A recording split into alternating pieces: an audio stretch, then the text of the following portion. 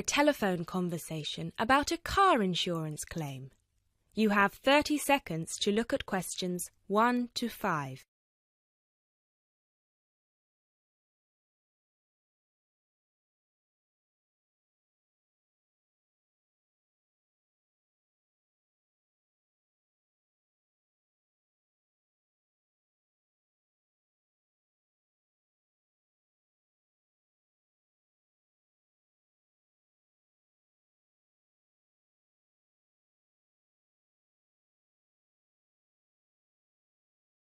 Good afternoon. Watto Insurance. This is Janet speaking.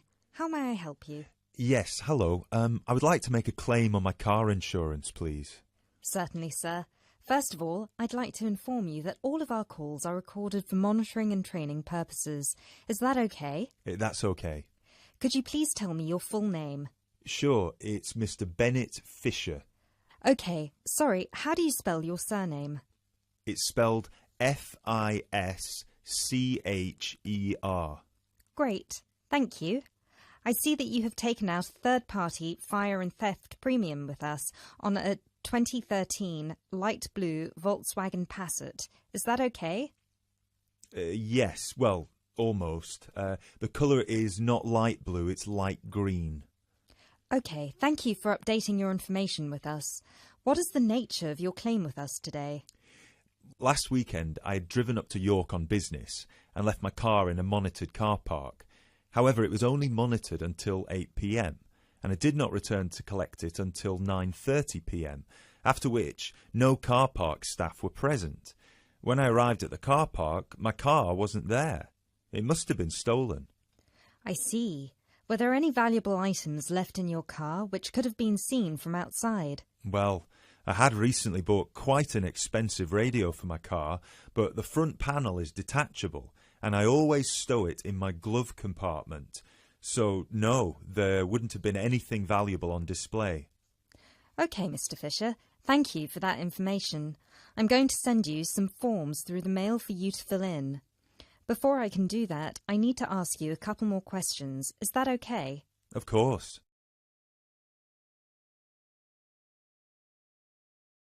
You now have 30 seconds to look at questions 6 to 10.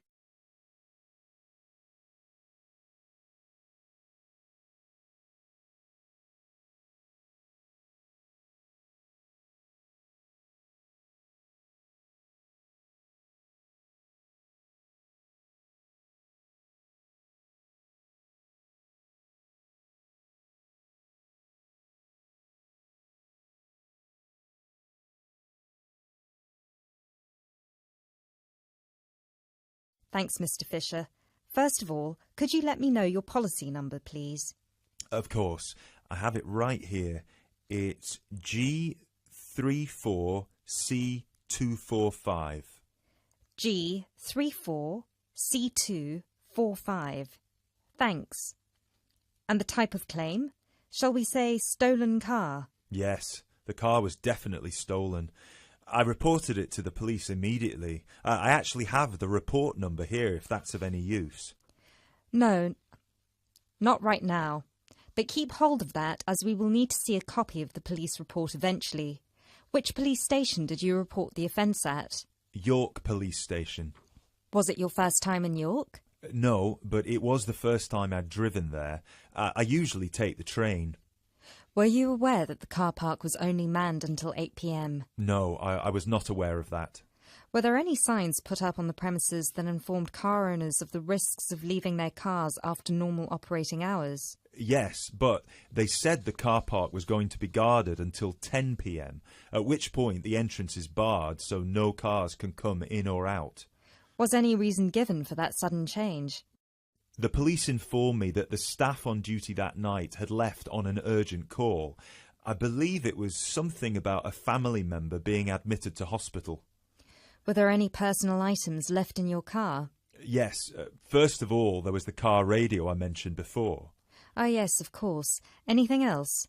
Just some CDs and an old jacket. Right. Thank you, Mr. Fisher. I have everything I need for now and will send these forms out to you shortly. When you get them, please fill them out with as much information as you can, and where possible, include copies of any relevant documents to support your claim, such as police reports and registration details.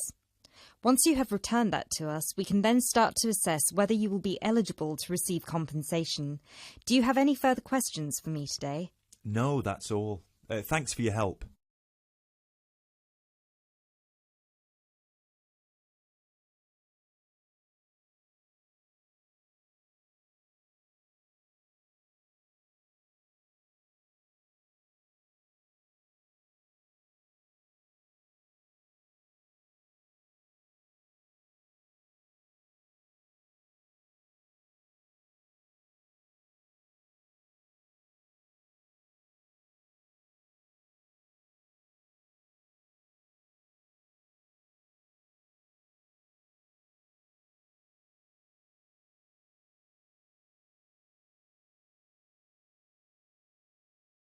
Now turn to Section 2. Section 2. You will hear part of a talk given by a member of staff at a hospital. First, you have some time to look at questions 11 to 15.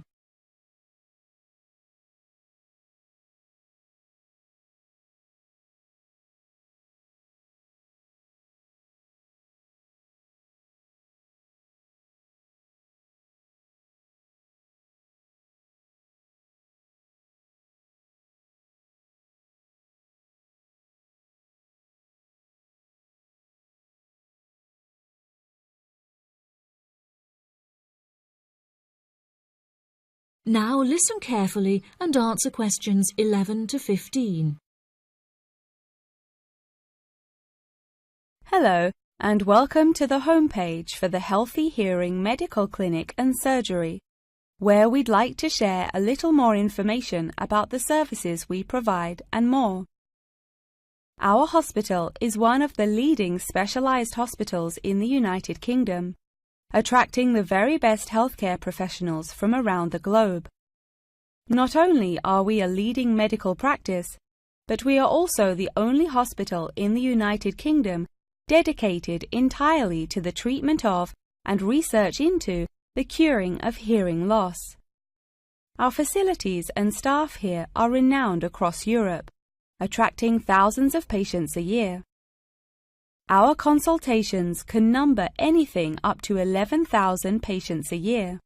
However, we aim to treat around 5,000 patients a year so as to maintain and ensure the quality of our services. Our patients are guaranteed the highest standard of care, as well as the use of our first-class facilities. All patients requiring overnight treatment are provided with their own private room with ensuite facilities, as well as a state-of-the-art entertainment centre, which includes a flat-screen LCD television and PlayStation. Appointments with our healthcare professionals can be made at any time during the week, with female doctors available between 8 a.m. and 11 a.m. If you need to see a doctor outside of these times, please visit the Out of Hours page of our website for more information. Our doctors are all trained to an exceptionally high standard and practice a vast array of specialities. Mr. Roberts is a fully qualified ear and throat specialist. Mr. Edwards is a pediatric hearing specialist, while Mr. Green specializes in reversing hearing loss. For more details about our people, please visit the staff members page on our website. During a consultation, doctors will sometimes decide medication is required, for which patients should receive a prescription. There are several pharmacies within the city. However, we recommend that patients use the pharmacy housed within our healthcare facility. Our in-house pharmacy is well stocked at all times. Our products are competitively priced, and our pharmacists are on hand to help and advise from 8 a.m. until 10 p.m. from Monday to Saturday, and from 9 a.m. until 12 p.m. on Sundays.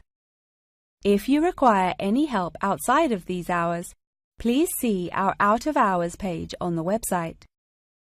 Since the Healthy Hearing Medical Clinic and Surgery also functions as a teaching hospital, we aim to provide our students with every opportunity to expose themselves to medicine in practice. Therefore, we would like to encourage our patients to give their consent for a medical student to attend their consultations. If our patients are not comfortable with this, there will be a form at reception where patients will be able to opt out. Before you hear the rest of the talk, you have some time to look at questions 16 to 20.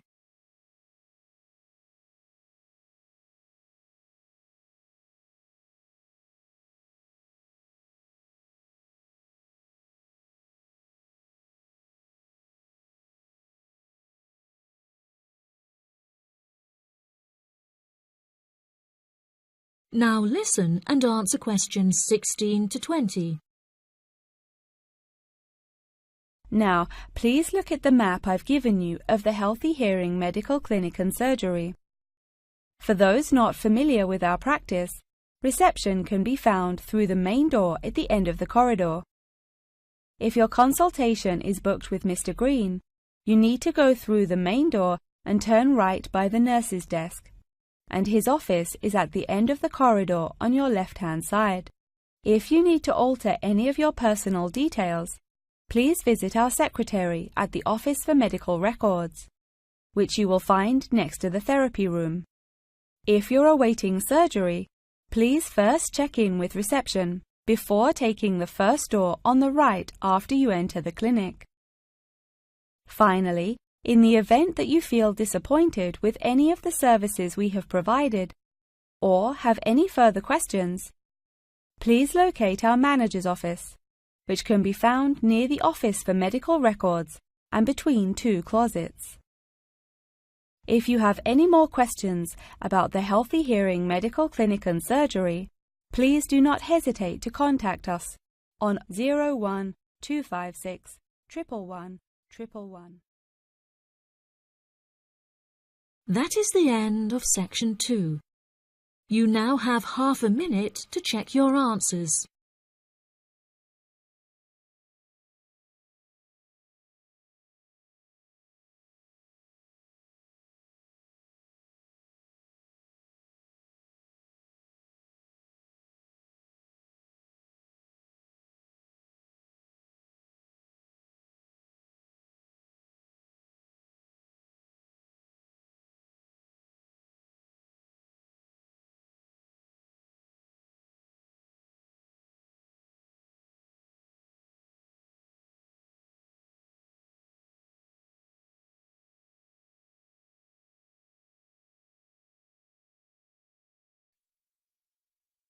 Now turn to section 3.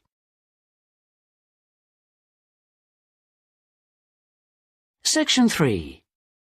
You'll hear a conversation in a university student services office. First, you have some time to look at questions 21 to 25.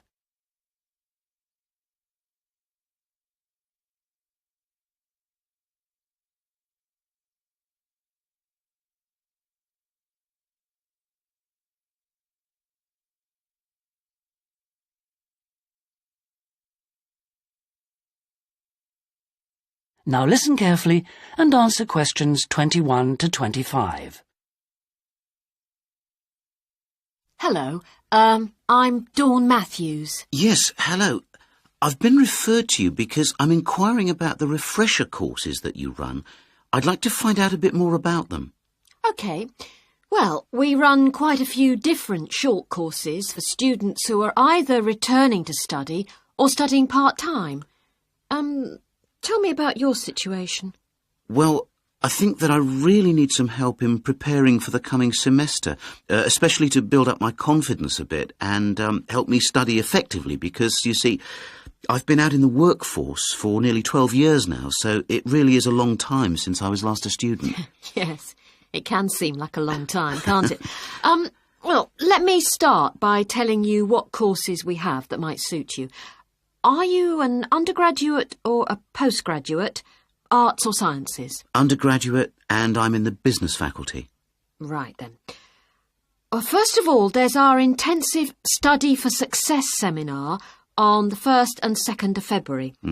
It's aimed at students like you who are uncertain about what to expect at college and looks at a fairly wide range of approaches to university learning to motivate you to begin your study and build on your own learning strategies. That sounds good. What are some of the strategies that are presented? Well, we try to cover all aspects of study. Some of the strategies in writing, for example, would be improving your planning for writing, organising your thinking, and building some techniques to help you write more clearly. With reading, there'll be sessions aimed at getting into the habit of analysing material as you read it, and tips to help you record and remember what you've read. It really is very important to begin reading confidently right from the beginning. There's also advice on how to get the most from your lectures and practice in giving confident presentations, as well as how to prepare for exams. What about the motivational side of things? Well, there's a range of motivational exercises that we do to help the students feel positive and enthusiastic about their study. The process of learning and exploring a subject can lead to a whole new way of looking at the world, and the study skills and techniques that you build up can be applied in all sorts of different ways. Before you hear the rest of the conversation, you have some time to look at questions 26 to 30.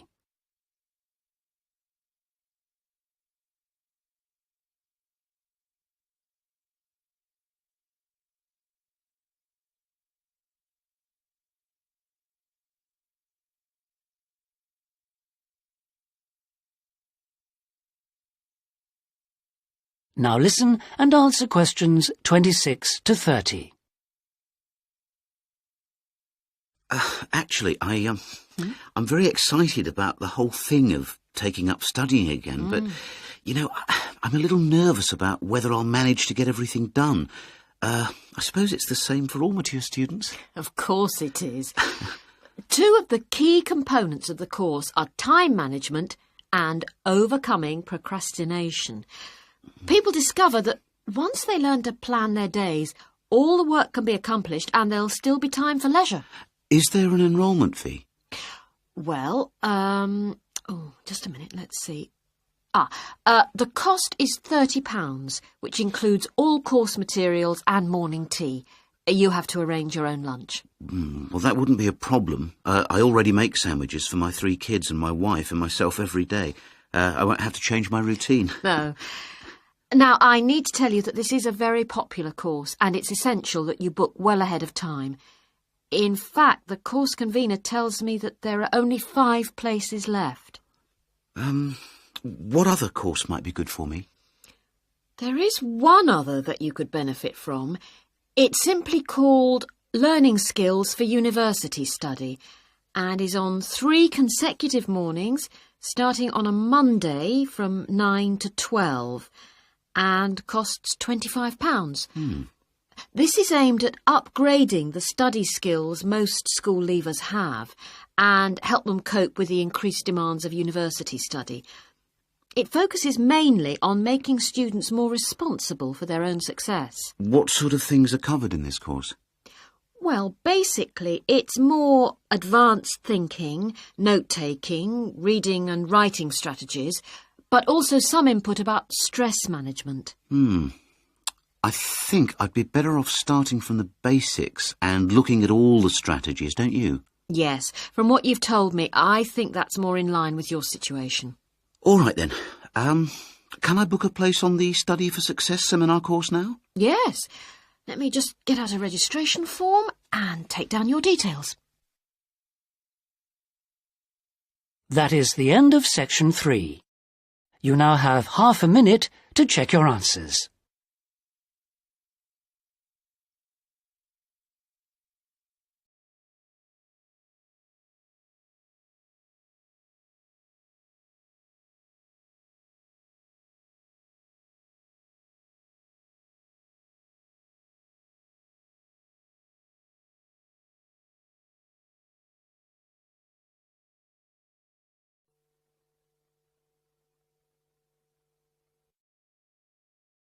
Now, turn to Section 4.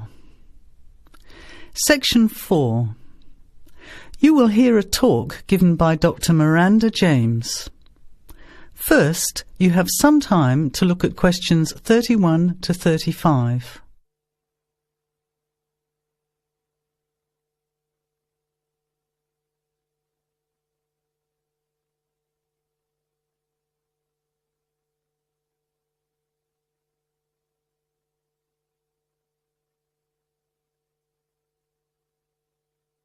Now, listen carefully to the talk and answer questions 31 to 35. Good afternoon, everybody, and welcome to the first in a series of talks we have arranged for the Overseas Students Association this semester. Dr. James has very kindly agreed to speak to us today on the topic of public speaking, and judging from the large numbers of you here, it's clearly a subject of great interest and relevance. Dr. James. Hello. It's good to see so many of you here, and hopefully what I'm going to tell you will be useful to you both here at the university and in your future employment. Many people avoid speaking publicly, by which I mean in front of, say, 10 or more people. Not because they lack the ability, but mainly because they lack confidence, which is really only due to lack of practice. Today, as a consequence of the influence of television, audiences expect speakers to be relatively brief and to the point, in addition to being well-informed and interesting or entertaining. Probably the most important part of public speaking is what you do beforehand, by which I mean preparation. This includes practical details, such as knowing precisely what your topic is and exactly how long you are expected to talk for. You should also plan the content thoroughly. A good strategy is to write out the content as you intend to say it, and then make brief notes, preferably on small cards, which you use to talk from. This way you sound more natural. You incorporate pauses while you look at your notes, and you can then look at your audience while you are speaking. Never read your speech without looking at the audience. Eye contact is a very important part of communicating with an audience. So deliberately move your head and look around at your audience. Pauses are important, as most people, when they are nervous, tend to rush through their speech. Now you have some time to look at questions 36 to 40.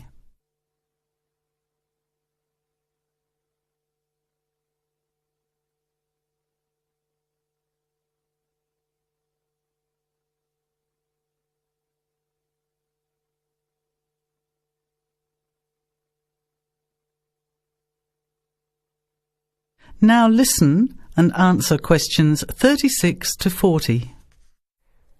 Practice speaking slowly. This gives you more time to pronounce your words correctly. It's always easier for your audience to listen to someone whose speaking is clear and calmly paced, so that they can understand the ideas being explained. And the bigger the group, the more slowly you should speak.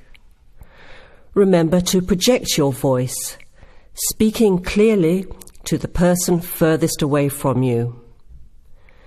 It's a good idea to rehearse and record yourself. Pay attention to your intonation when you listen to yourself. It's even harder if you're speaking in a second language, I would imagine. But there's nothing worse than listening to a flat, monotonous voice. So try to vary your tone and rhythm. This will add meaning to your words. Lastly, Pay attention to both your posture and your gestures. A confident person stands or sits in a small group with their head up, chin out and shoulders back. Try to avoid scratching or fiddling with your hair or beard or pens, jewellery and so on. These movements can distract and irritate your audience. Yet you may be unaware of them yourself. Another reason for rehearsing, preferably with feedback from a friend, or better still, on video. I hope these few tips will make your experience of speaking in public a little easier. Remember, practice makes perfect. That is the end of section 4. You now have half a minute to check your answers.